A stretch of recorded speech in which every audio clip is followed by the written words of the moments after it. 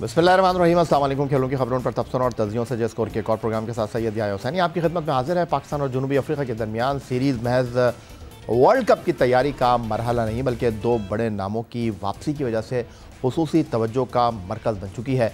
जो बाबर आजम और Quinton de Kock, जनूबी अफ्रीका के wicket keeper batter de Kock, जो पिछले साल T20 वर्ल्ड कप फाइनल के बाद इस फॉर्मेट से दूर थे, एक बार फिर मैदान में वापस आ गए हैं और उनकी मौजूदगी टीम के टॉप ऑर्डर को नई मजबूती देगी। दूसरी जानिब पाकिस्तान के साबिक कप्तान बाबर आजम की वापसी एक मुख्तलिफ कहानी लिए हुए है। ये किसी फातेह हीरो की शानदार वापसी नहीं बल्कि एक ऐसे खिलाड़ी की दोबारा शमूलियत है जो तनकीद और बहसों के घेरे में रहने के बावजूद टीम के बैटिंग ऑर्डर का लाजमी हिस्सा तस्वुर किया जाता है। बाबर की शमूलियत के साथ कोच माइक हैसन की ज़ेरे निगरानी पाकिस्तान टीम अपने बैटिंग कॉम्बिनेशन और मजमूई हिकमत अमली को नए सिरे से तरतीब देने की कोशिश करेगी, जबकि जनूबी अफ्रीका कई बड़े नामों को आराम देने के बावजूद अपनी बेंच स्ट्रेंथ को आजमाना चाहता है। यूँ ये सीरीज़ सिर्फ 3 मैचों पर मुश्तमिल होने के बावजूद क्रिकेट शायकीन के लिए कई सवालों के जवाब और दोनों टीमों के मुस्तकबिल की झलक लिए हुए है। क्या बाबर अपनी पुरानी क्लास वापस ला सकेंगे और क्या डी कॉक एक बार फिर जनूबी अफ्रीका के जारहाना टॉप ऑर्डर की जान बन पाएंगे? ये सब कुछ आने वाले दिनों में वाज़ेह होगा। पाकिस्तान और जनूबी अफ्रीका के दरमियान पहला T20 इंटरनेशनल आज पिंडी स्टेडियम रावल में खेला जा रहा है। पीर को प्रैक्टिस से पहले पाकिस्तान T20 क्रिकेट टीम के कप्तान सलमान अली आगा मीडिया के सामने आए तो एक साफ़ी ने उनसे सवाल किया। हर शिकस्त के बाद सिर्फ यही सुनने को मिलता है कि गलतियों से सीख रहे हैं। ऐसा कब तक चलता रहेगा? जिस पर T20 कप्तान सलमान अली आगा बोले, गलतियों पर बात ज़रूर की जाती है और कोई भी उसे दोहराना नहीं चाहता। उन्हें डेथ ओवर में बॉलिंग को बेहतर करना है और मिडल ऑर्डर में जल्द विकेटें गिर जाने के अमल को भी रोकना है। इसीलिए टीम में तब्दीलियाँ की गई हैं। आपने बिल्कुल ठीक कहा है कि हमसे मिस्टेक्स हो रही हैं और कई अच्छी परफॉर्मेंसेस भी हैं। जैसे हम ट्राई नेशन सीरीज़ जीते थे, एशिया कप का फाइनल खेले, तो ये मतलब पॉजिटिव्स भी हैं। लेकिन आप बिल्कुल ठीक कह रहे हैं कि हम लोगों को मतलब जल्दी से जल्दी जो भी अपनी गलतियां उनको कम करना और जो गलतियां रिपीट हो रही हैं वो होनी नहीं चाहिए और हम उसके बारे में बात ज़रूर करते हैं और कोशिश करेंगे कि वो दोबारा रिपीट ना हो। सर काफ़ी आप कह सकते हैं कि एक डेथ बॉलिंग ऐसी एरिया था जो हमको इम्प्रूव करना है और स्पेशली मुझे लगता है कि जो हमारी बैटिंग में मिडल ओवर्स की बैटिंग है ना अगेंस्ट स्पिन स्पेशली, वो हमको बेहतर करनी है। स्ट्राइक रोटेट पे काम करना है और उस पर हमने अभी कैंप लगा था, उस पर किया भी है। तो ये 2-3 ऐसे पॉइंट्स हैं जो मतलब हमको देखने हैं और उस पर इम्प्रूव करना है, क्योंकि मुझे लगता है कि गोइंग फॉरवर्ड अगर ये नहीं करेंगे तो रिजल्ट सेम आ सकते हैं और हमको इस पर ओवरकम करना ही करना है। और हार्ड हिटर सर, अब हार्ड हिटर अब ये है कि जिस तरह की कंडीशंस में हम खेल कर आए हैं वहाँ पर सर हार्ड हिटर से ज़्यादा आपको बैट्समैन वो वाला चाहिए जो प्रॉपर बैटिंग शिप कर सके और मतलब मिडिल में स्ट्राइक रोटेट भी कर सके और जहाँ पे ज़रूरत पड़े वहाँ पर हिटें भी मार सके। उसमें मुझे लगता है कि हमने समद को इंक्लूड किया, वो मुझे लगता है कि वो ऐसा रोल प्ले कर सकता है और नवाज़ को आपने देखा होगा कि वो भी ऐसा रोल प्ले कर रहे हैं और इवन आई थिंक हसन नवाज़ के पास भी वो एबिलिटी है कि वो अगर अच्छी फॉर्म में रहते हैं तो वो भी ये काम कर सकते हैं। पाकिस्तान और जनूबी अफ्रीका के दरमियान पहला T20 छाती के कैंसर से आगाही के तौर पर मनाया जा रहा है, जिसके लिए Pakistan cricket team pink kit ज़ेबतन करेगी। T20 टीम के कप्तान सलमान अली आगा बोले कि पूरी टीम इस नेक मकसद के लिए बहुत पुरजोश है। वो चाहते हैं कि लोगों को इस मर्ज़ से मुताल्लिक़ आगाही हो। सर क्रिकेट तो फास्ट ज़रूर हो गई है, लेकिन आपने देखा होगा कि अभी हम एशिया कप खेल के आए हैं ट्राई, उसमें 180-190 वाली पिचेज़ ही नहीं थी। तो हम ये कोशिश नहीं करते कि हमको 180-190 करना है। हम ये देखते हैं कि जिस ग्राउंड में जा रहे हैं उस ग्राउंड का पार स्कोर क्या, हम वो कोशिश करते हैं कि वो पार स्कोर करने की कोशिश करें और जब बॉलिंग कर रहे होते हैं तो कोशिश ये करते हैं कि वो पार स्कोर से कम टीमों को आउट करें। और दूसरा पिंक डे सर, वो सब बहुत एक्साइटेड है, मैं भी बहुत एक्साइटेड हूँ क्योंकि ये एक अमेजिंग कॉज के लिए है और हम सब के इसके लिए बहुत एक्साइटेड हैं और ये पाकिस्तान की हिस्ट्री में पहली बार होने जा रहा है जो काफ़ी एक्साइटेड है। मेरे ख्याल से लोगों के लिए भी काफ़ी एक्साइटेड होगा और हम भी उसके लिए वेट नहीं कर पा रहे। पाकिस्तान क्रिकेट बोर्ड की सिलेक्शन कमेटी ने जनूबी अफ्रीका और 3 मुल्की सीरीज़ के लिए जिस 15 रुकनी टीम का ऐलान किया है उनमें 3 खिलाड़ियों को ड्रॉप करते हुए उन्हें रिजर्व में रखा गया है। इनमें जारहा मिजाज batter Fakhar Zaman, fast bowler Haris Rauf और बाएं हाथ के स्पिनर सुफियान मुकीम शामिल हैं। प्रेस कॉन्फ्रेंस में सलमान अली आगा से सवाल हुआ, आप माजी में बाबर आजम और मोहम्मद रिजवान के बारे में ये कह चुके हैं कि जो खिलाड़ी टीम में हैं उनका फोकस उन्हीं पर है और क्या वो सिलेक्शन में अपना किरदार निभाते हैं? जिस पर जवाब देते हुए T20 कप्तान सलमान अली आगा बोले, जो 15 रुकनी खिलाड़ी टीम का हिस्सा हैं आप उन्हीं पर तवज्जो देते हैं, जो टीम से बाहर होते हैं उनके बारे में सोचने की ज़रूरत नहीं। बतौर कप्तान सिलेक्शन कमेटी में टीम के इंतखाब पर उनकी राय भी ली जाती है।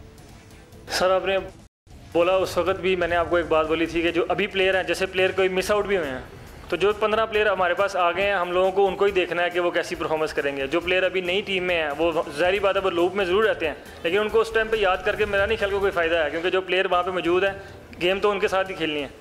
और दूसरा सवाल क्या था, सॉरी आप? हाँ, सिलेक्शन सर ये कैसे हो सकता है कि सर एक टीम का कैप्टन और कोच हो या सिलेक्शन कमेटी हो, ये टीम गेम है इसे हम बोलते हैं, तो वो भी एक टीम गेम ही है और सब मिलकर ही मतलब उस टीम को बनाते हैं। मेरी भी इनपुट रहती है, कोचेज़ की भी रहती है और सिलेक्शन कमेटी की भी रहती है। पाकिस्तान T20 क्रिकेट टीम के कप्तान सलमान अली आगा 30 मैचों में क़यादत के फ़राइज़ अंजाम दे चुके हैं, लेकिन हालिया 2 से 3 सीरीज़ में उनकी अपनी बैटिंग परफॉर्मेंस ज़्यादा मुतासर को नहीं रही, जिसकी वजह से वो खासी तनकीद की जद में रहे हैं।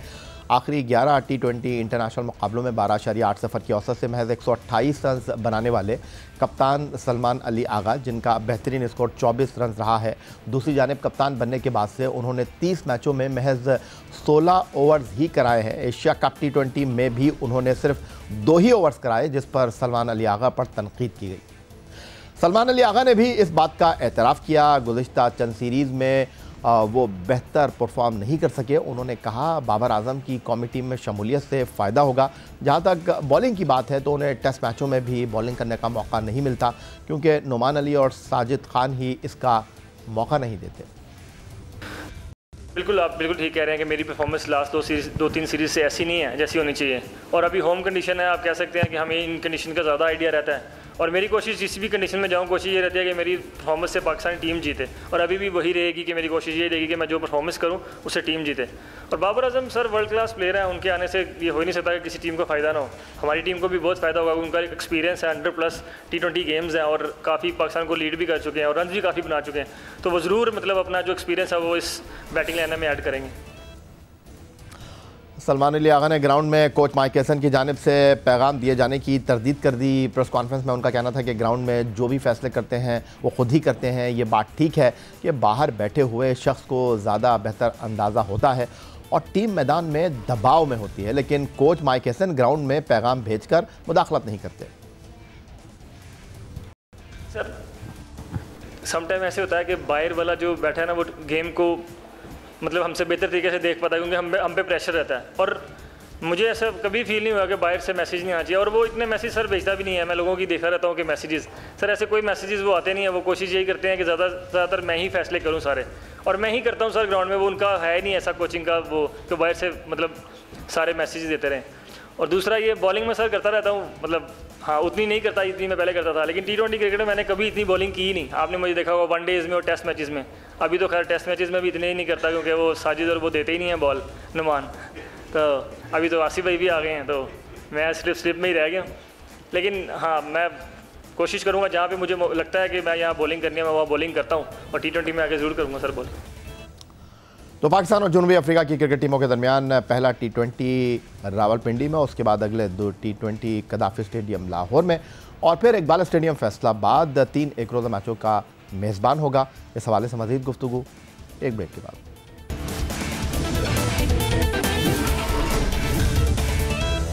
पाकिस्तान सुपर लीग अपनी शानदार कामयाबियों के 10 सुनहरी साल मुकम्मल करके अब एक नए दौर में दाखिल हो रही है। ऐसा दौर जो न सिर्फ फ्रेंचाइज क्रिकेट के उफ़क़ पर नई जहतें मुतारिफ़ कराएगा, बल्कि लीग की कदर व कीमत, असर और दायरा असर को भी नई बुलंदियों तक लेकर जाएगा।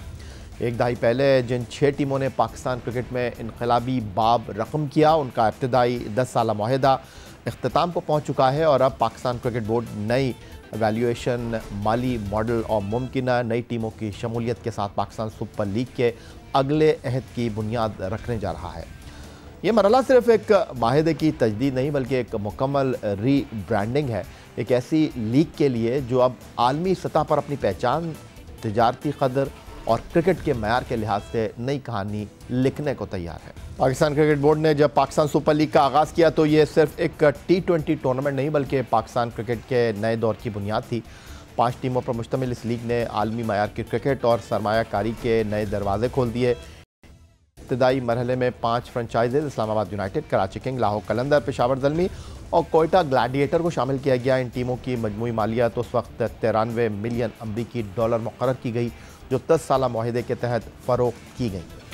इस्लामाबाद यूनाइटेड को तकरीबन 1.5 मिलियन डॉलर सालाना के एवज़ ख़रीदा गया। कराची किंग्स सबसे ज़्यादा कीमत पर यानी 2.56 मिलियन डॉलर सालाना में फ़रोख्त हुई। दूसरी महंगी टीम लाहौर कलंदर को 2.4 मिलियन डॉलर सालाना में हासिल किया गया। पेशावर ज़ल्मी 1.6 मिलियन डॉलर सालाना में ख़रीदी गई।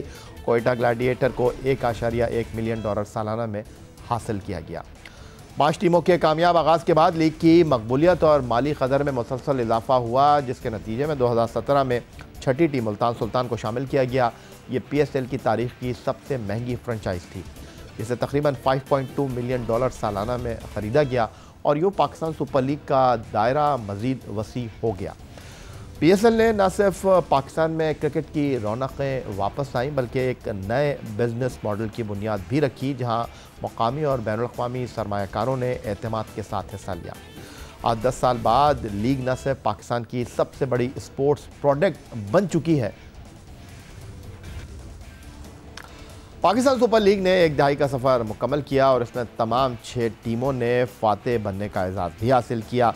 लेकिन सबसे ज़्यादा विनिंग ट्रॉफ़ी इस्लामाबाद यूनाइटेड और पाकिस्तान सुपर लीग की सबसे मुतहर्रिक फ्रेंचाइज लाहौर कलंदर ने 3 मरतबा उठाई।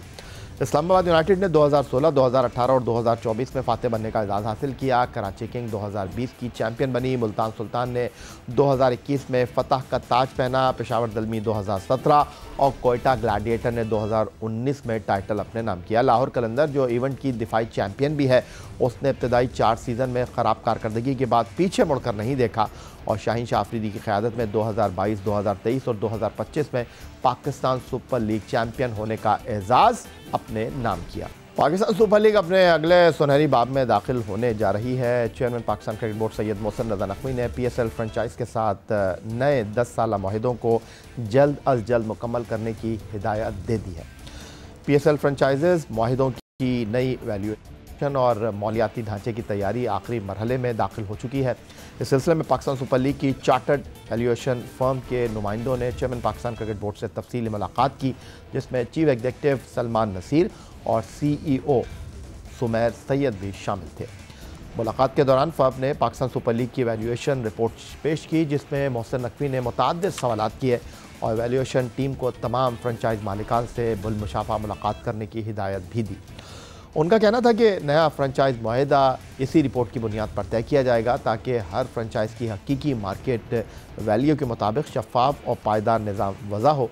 मौजूदा 6 फ्रेंचाइज के मुआहदे दिसंबर में ख़त्म हो रहे हैं और नए मुआहदों में वो नई 2 टीमों को शमूलियत के साथ PSL का दायरा 8 फ्रेंचाइजेस तक बढ़ाने की ख्वाहिशमंद है। मोहसिन नकवी का मौक़िफ़ है कि नया मुआहदा सिर्फ उन फ्रेंचाइजेस के साथ किया जाएगा जो अहलियत और माली शफाफियत के मयार पर पूरा उतरेंगे। पाकिस्तान क्रिकेट बोर्ड हुक्काम का यह भी कहना है कि नई वैल्यूएशन न सिर्फ एक की कमर्शियल कदर में इजाफा करेगी, बल्कि महंगी और बैनुल-अक़वामी सतह पर पाकिस्तान सुपर लीग के अगले अशरे के लिए एक मजबूत बुनियाद भी फराहम करेगी। पाकिस्तान सुपर लीग के chief executive officer Salman Naseer ने इंकशाफ किया है कि PSL अपनी सबसे बड़ी तोसी के लिए तैयार है, जिसमें 2 नई टीमें और 2 इजाफी वेन्यू अगले एडिशन में शामिल किए जाने का इम्कान है। पाकिस्तान क्रिकेट बोर्ड की जानिब से जारी एक पॉडकास्ट में गुफ्तगू करते हुए सलमान नसीर कहते हैं कि पाकिस्तान सुपर लीग 11 इस बार 6 वेन्यू पर खेला जाएगा। सलमान नसीर ने बताया कि पेशावर का स्टेडियम करीबन तैयार है, ताहम बैनुल-अक़वामी मयार के मैचों के लिए कुछ आखिरी अपग्रेड्स की ज़रूरत है। वो यकीनी तौर पर कोशिश कर रहे हैं कि ये PSL 11 के लिए तैयार हो। सलमान नसीर ने इस बात की भी तस्दीक की कि फैसलाबाद को भी एक नए मेज़बान शहर के तौर पर शामिल किया जा रहा है, जैसा कि लोग अंदाज़ा लगा चुके होंगे। दूसरा वेन्यू इकबाल स्टेडियम फैसलाबाद होगा, क्योंकि वहाँ बैनुल-अक़वामी मैचेस अब शेड्यूल हैं और पाकिस्तान और जनूबी अफ्रीका के दरमियान 3 एक रोज़ा मैचों की सीरीज़ इकबाल स्टेडियम फैसलाबाद ही में मुनक्किद होगी। लीग के तौसी मंसूबे की हवाले से पाकिस्तान सुपर लीग के चीफ एग्जीक्यूटिव कहते हैं PCB अगले सीज़न के लिए 2 नई फ्रेंचाइजेस मुतारफ़ कराने का हदफ रखता है और टीमों की फ़रोख्त के लिए टेंडर का अमल नवंबर में शुरू हो जाएगा। इस हवाले से काफ़ी दिलचस्पी मौजूद है। के लिए ये आज का हमारा प्रोग्राम था। एक्स अकाउंट पर आप हमें फॉलो कर सकते हैं, ईमेल कर सकते हैं, अपनी राय साझा कर सकते हैं score@geo.tv पर। इस दुआ इस उम्मीद, इस तवक्को के साथ कि पाकिस्तान में खेल और खिलाड़ी तरक्की करते रहें, सैयद याह्या हुसैनी को स्कोर की पूरी टीम के साथ अगले प्रोग्राम तक के लिए इजाज़त दीजिए। अल्लाह हाफ़िज़।